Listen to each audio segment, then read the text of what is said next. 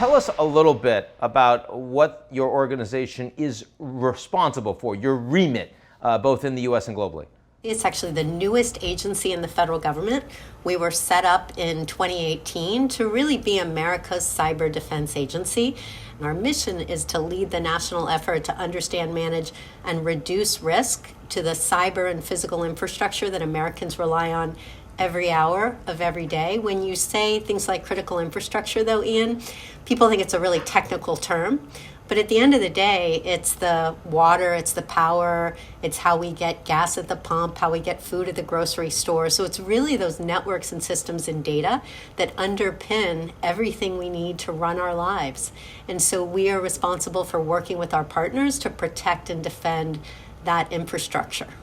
Now, I want that agency to exist, and I'm glad that you're running it.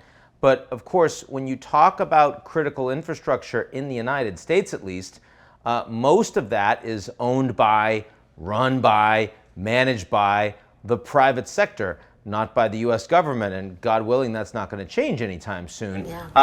How do you do your job effectively, given that you have no control over the actors that are actually doing the defending? Yeah, it's the best thing about being the leader of this agency, because it's all about partnerships at the end of the day. As you said it, and that's the way it should be, over 80-some%, the majority of critical infrastructure is in private hands.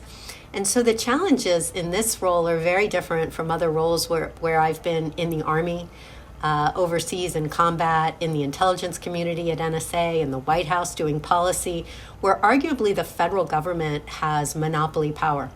In cybersecurity, the federal government is just a partner with state and local colleagues and a partner with industry. And so we have to work together collaboratively, realizing that government can't solve this problem, industry can't, state and local colleagues can't, so we all have to work together to drive down risk to the nation. You know, it's very instructive. Before I took this job, I was working at Morgan Stanley doing cybersecurity defense and leading resilience. And when I was still there working on the transition, solar winds happened. Experts believe Russia was behind the hack of a company called SolarWinds, sending malware to 18,000 private and government organizations.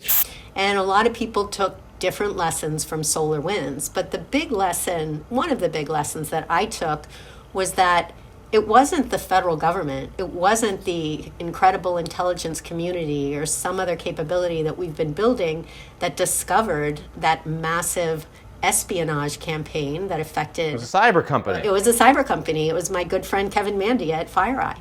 Yeah. And so what that really told me is we have to work hand in hand with these companies to be able to see the dots, connect the dots, and drive down risk to the nation at scale. And that's what's behind things we've been building, like the Joint Cyber Defense Collaborative, some of the partnerships with all of the technology companies. It's just a recognition that this is not something the federal government can do alone.